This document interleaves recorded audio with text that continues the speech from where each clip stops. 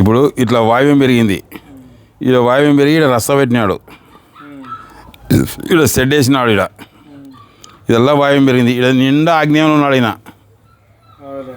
అంటే ఈడ నైరుతి తగ్గింది. ఈ నైరుతి స్థలం వీళ్ళది కాదు. మళ్ళీ ఈ ఇంటికి కూడా ఈడ ఆగ్నేయం వాయువ్యం పెరిగింది. ఉత్తరం అద్దు మీద బాత్రూమ్ కట్టినాడు ఈడ. ఏమన్నా ఒకడు ఉండేది చూపింది బాత్రూమ్, ఉత్తరం అద్దు మీద బాత్రూమ్ కట్టినాడు. మళ్ళా ఈడ ఈశాన్యంలో పొయ్యి పెట్టినాడు అని, ఈడ ఈశాన్యంలో పొయ్యి పెట్టినాడు. ఎప్పుడైతే ఇప్పుడు ఇట్లా ఆగ్నేయం పెరిగిందో, ఈ వాయువం జరిగిందో అన్నా, లక్షలు సంపాదించినా 10 రూపాయలకి ఎత్తుకాల్సి వస్తుంది ఈడ. ఇప్పుడు ఈశాన్యం పొయ్యి వలన ఈశాన్యం వంటగది ఉండొచ్చు, లక్షలు సంపాదించినా 10 రూపాయలకి ఎత్తుకాల్సి వస్తుంది.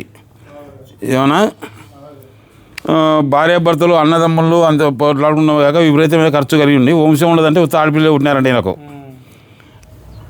ఉత్త ఆడపిల్లే ఉంటున్నారంట. కాబట్టి ఇప్పుడు ఇది నేనేమంటే ఈ ఆగ్నేయం వరకు అమ్మేసే ఇండ్లు, ఈటి వరకు వరకనా రస్తా అక్కడనే. ఇంకా ఇది అమ్మేసేది, ఇది రస్తా జీవాలకు అక్కడికి వెళ్ళింది కదా రస్తా పరమటికి. ఇదే ఇండ్లు, అది కూడా పోయినదంటే ఖాళీ స్థలం అంటే.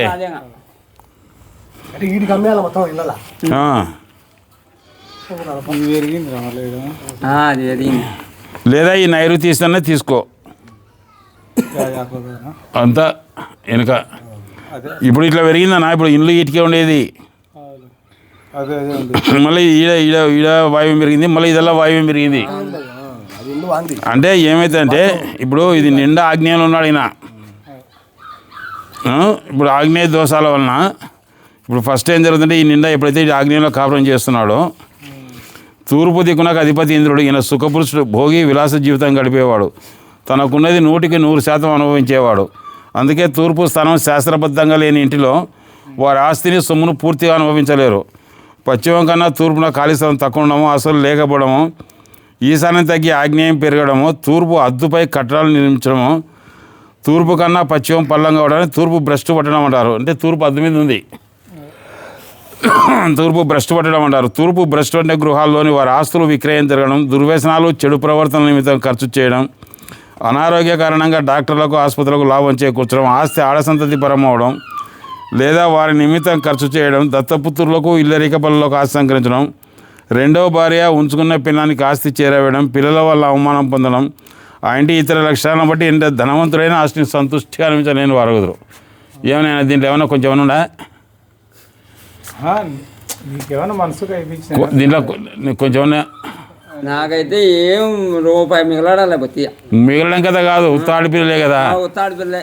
సరే అన్న, ఇప్పుడు ఏమైనా హెల్త్ పరంగా ఇబ్బంది పడుతున్నారా? ఏం లేదు, నీ పిల్లలు ఇద్దరికి భద్రంగా ఉన్నారు. ఇప్పుడు ఇది పశ్చిమం ఉత్తరం కలిసిన మూలే వాయువం. ఇప్పుడు ఈ పెరిగింది కదా, పశ్చిమోత్తరం కలిసిన మూలే వాయువం. ఈ మూలకు వాయువు అధిపతి. వాయుదేవుడు స్థిరత్వం లేని చంచల స్వభావం గలవాడు, స్థిరమైన స్థానం లేదు. వాయువముల దోషాలు మనసుపై ఎక్కువగా పనిచేస్తాయి. వాయువం శాస్త్రబద్ధంగా లేని మానసిక ఒత్తిళ్లు కలిగి మానసిక ప్రశాంతత కోల్పోదురు. కొన్ని చోట్ల పిచ్చి పట్టిన వారు కూడా ఇటువంటి నిన్నదరు మెంటల్ వేసినట్లు దీంట్లో. అయితే ఉత్తరవాయువం పెరిగి కానీ వాయువం మూతపడి వాయువంలో నూతులు గోతులు ఉన్న, ఈశాన్యం కన్నా పల్లమైన ఉత్తరవాయు వీధిపోటు ఉన్న, ఉత్తరవాయు నడకున్న వాయువం భ్రష్టు పట్టమంటారు. వాయువం భ్రష్టు వలన శత్రువులు పెరగడం, ప్రేమ వివాహాలు జరుగుతాయి. అంటే పూర్వం ఈ ఇండ్లు అమ్మినోళ్ళకు కూడా ఇది జరిగిన కొంత. ఇప్పుడు నువ్వు ఇండ్లు కొన్నావు కదా, ఇది ఈ ఇండ్లు అమ్మినోళ్ళకు కూడా గమనిస్తే వాయువం భ్రష్టు వలన శత్రువులు పెరగడం, ప్రేమ వివాహాలు జరుగుతాయి. వాయువ దోషం అంటే శత్రుత్వం కొనుక్కున్నట్టే. ఎంత మంచి వ్యక్తికైనా శత్రుత్వం రాక తప్పదు. ఈ వాయువ దోషాలకు ఆగ్నేయ దోషాలు తోడైతే ఆత్మహత్యలు జరుగుతాయి. నైరుతి దోషాలు తోడైతే హత్య చేయడం జరుగుతుంది. ఒక్క మాటలో చెప్పాలంటే వాయువ దోషాలు ఉన్న గృహంలోని వారు మానసికంగా ప్రశాంతంగా ఉన్న జరగదు. ఈ ఇంట్లో మానసికంగా ప్రశాంతంగా అనా ఈ ఇంట్లో మానసికంగా ప్రశాంతంగా ఉన్న జరగదు. అంటే పూర్వం ఉన్నోళ్ళు కూడా లేరు. ఏమన్నా వాయువ దోషాల వల్ల స్థానభ్రంశం కలగడం, ఇండ్లు వదిలి వెళ్ళిపోవడం జరుగుతుంది. ఇండ్లు ఎంత శాస్త్రబద్ధంగా ఉన్న వాయువ దోషాలు అంటే ఆర్థికంగా చితికిపోవడం, ఐపీ పెట్టడం, ఆయన అమ్మకానికి రావడం, వేలలో అమ్మకం అవడం జరుగుతుంది. వాయువ దోషాలు ఉన్న వారికి అప్పు పుట్టడం సులభం, అప్పు తీర్చడమే కష్టం. స్థిరమైన నిర్ణయాలు లేక చేపట్టిన పని ఏది కలిసి రాకపోవడం, ఆ నుంచి చెప్పకుండా వెళ్ళిపోవడం వంటి సంఘటనలు వాయువ దోషాల వల్ల జరుగుతాయి. వాయువ దోషాలు ఇంటి యజమానురాలు, ఆ ఇంటి 3వ కుమారుడు 3వ సంతతి మీద ఎక్కువ ప్రభావం చూపుతాయి. అయితే 1వ సంతతి 1వ కుమారుడిపై దీని ప్రభావం నేను గమనించడం జరిగింది. ఈశాన్య వంటగది వలన ఖర్చు అధికమగును. ఈ గృహంలో లక్షలు సంపాదించినా 10 రూపాయలకు ఎత్తుకాల్సి వస్తుంది. ఈశాన్య వంటగది వలన ఐశ్వర్యవంతులు ఆర్థిక పతనం చెందురు, చిరాస్తులు అమ్ముకుందరు, భార్యాభర్తలు పోటాడుకుంటూ అన్యోన్యత లేని జీవితం గడుపుదురు. ఈశాన్యం పొయ్యగల గృహంలో కొన్నింటిలో వంశం ఉండదు. వాయువ దోషాల వల్ల ఆ ఇంటి ఆడసంతతి బాధపడ్డా, వారి విషయంలో తల్లిదండ్రులు బాధపడ్డా జరుగును. గృహానికి గృహారంలో వాయువం పల్లంగా ఉండినా యజమానికి తన పుత్రులే శత్రువులే ప్రవర్తించరు. వాయువం మూతబడినా, వాయువం పల్లంగా ఉన్న ఇంట కుటుంబ సభ్యులు శత్రువులే కూడా అడుగుతారు. ఇటువంటి గృహంలో పిచ్చివాడు ఉంటే జరుగును. ఇది పూర్వం ఉన్నోళ్ళకి కూడా జరిగింది. అలా పూర్వం అమ్మినోళ్ళు ఆడపిల్లకి ఏమైనా ఇబ్బంది కలిగిందా? ఏమో అన్న సీనన్నా, ఈ ఇంట్లో అమ్మినోళ్ళకు ఆ గిరామం వాళ్ళది ఇది ఇల్లు, పెద్ద గిరామం వాళ్ళది ఇల్లు ఇది. వాళ్ళు ఎట్లున్నారు? వాళ్ళ పరిస్థితి ఏంది? వాళ్ళు బాగానే ఉంది అంటే రాడు ఏడు ఉన్నప్పుడు వాళ్ళు ఇది పసులో కొట్టమా? ఈ బరువులు ఈయన కూడా కట్టకుండా ఒకటైనా సదాసిన ఇది ఇంట్లో. ఇప్పుడు ఇంట్లో కాపురం, ఇప్పుడు ఇంట్లో కట్టించినాక అమ్మినాడు కదా ఆయన. నేనే కట్టించుకున్నా. మళ్ళీ ఆ మాట చెప్పలేదా ఫస్ట్? అంతా నేనే కట్టించుకున్నా. నువ్వు కట్టించుకున్నావా? సరే అన్న, ఇదైతే ఇంటికాడికి అమ్మి ఆ స్థలం మంచిది. దానికి ఇది ఆగ్నేయం పెరిగింది. ఇగో ఇప్పుడు ఇట్లా చూస్తే ఇది ఆగ్నేయం పెరిగింది. నిండా ఆగ్నేయంలో కాపురం చేస్తున్నాను. నైరుతి తగ్గింది. ధనము కలిగించేది, ప్రాణాలతో పరువు నిలిపి సంఘంలో పరువు ప్రతిష్ట అధికారం అన్నీ కలిసేది నైరుతి మూల. ఆ నైరుతి మూల అనేది లేదు నీకు. ఒకవేళ వాళ్ళు వీళ్ళంతా అగ్రిమెంట్ అయ్యి మీరు లైన్ సగం వాళ్ళ నియమం సగం నువ్వు తీసుకోవట్లా. ఇప్పుడు మీ ఎన్న ఉన్నాడు కదా అవతల, వీటి వరకు నీకు అంతా కింది మీదకి ఇవ్వను, వాటి వరకు కింది మీదకి అట్లా తీసుకున్నావు. ఇది ఈ మిద్ద మళ్ళీ మా అన్నది కాదు, రేపు చెడ్డే మా అన్నది. అట్లా అట్లయితే పనికిరాదు, అట్లా లోపల అట్లా ఇది చూడన్నా. ఇది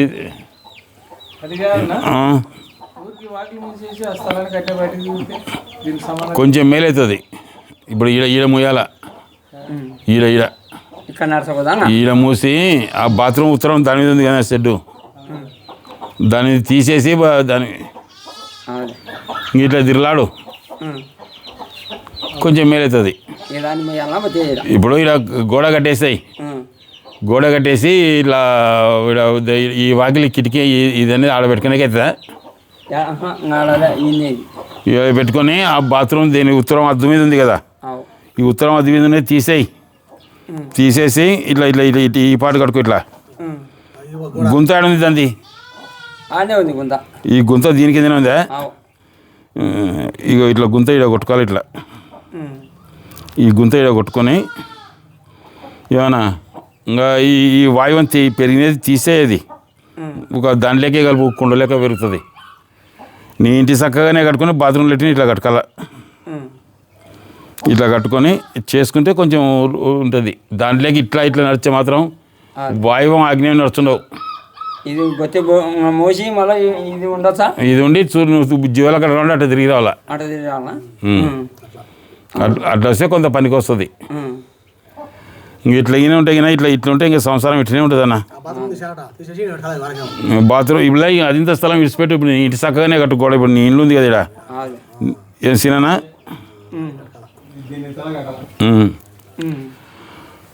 ఈ స్థలం వాళ్ళు అయితే క్షేమంగా లేరన్నా నాకు తెలిసి. ఇదా కష్టజీవి కాదు, ఇంతకుముందు 50 దినం ఈ స్థలం వాళ్ళదే కదా, బరగొడ్డు కానీ దున్నపతులు కానీ వాళ్ళదే కదా స్థలం. ఇది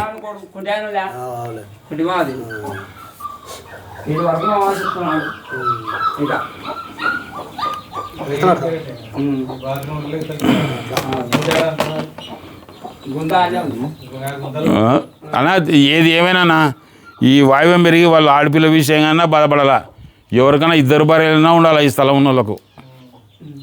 ఉన్నారా ఇద్దరు భార్యలు? ఇంకా ఏం మనకు తెలియదు అన్న తినను. సరే కట్ చేయి.